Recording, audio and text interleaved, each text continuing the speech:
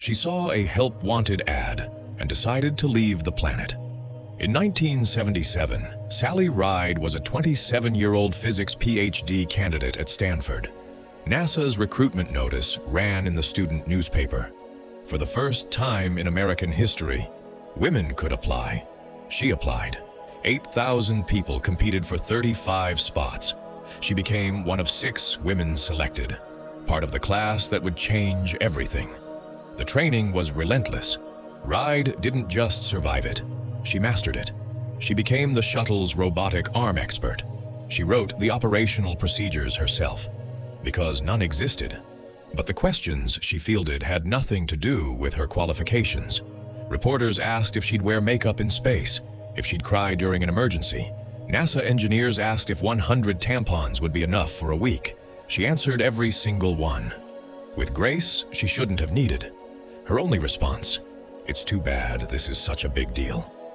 On June 18, 1983, at 32 years old, Sally Ride strapped into Space Shuttle Challenger and became the first American woman to leave Earth.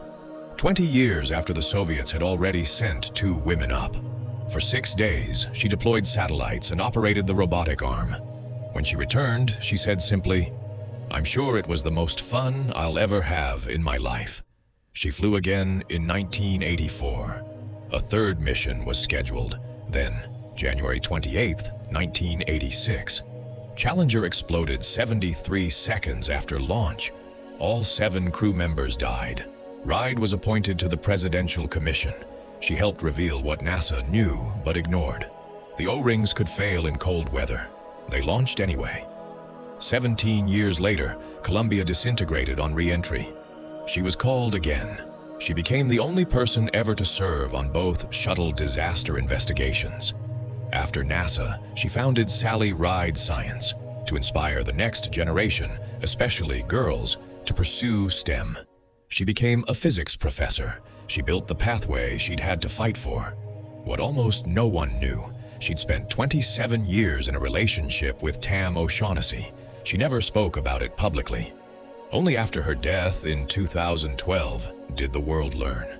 She was the first known LGBTQ astronaut in history. She had chosen her battles carefully, one ceiling at a time. Sally Ride died of pancreatic cancer on July 23, 2012. Age 61. President Obama. Sally didn't just break the stratospheric glass ceiling, she blasted through it. In 2018, her face appeared on a US postage stamp. She spent her career being asked questions that had nothing to do with whether she could do the job. She answered every single one of them. 200 miles above Earth, traveling at 17,500 miles per hour.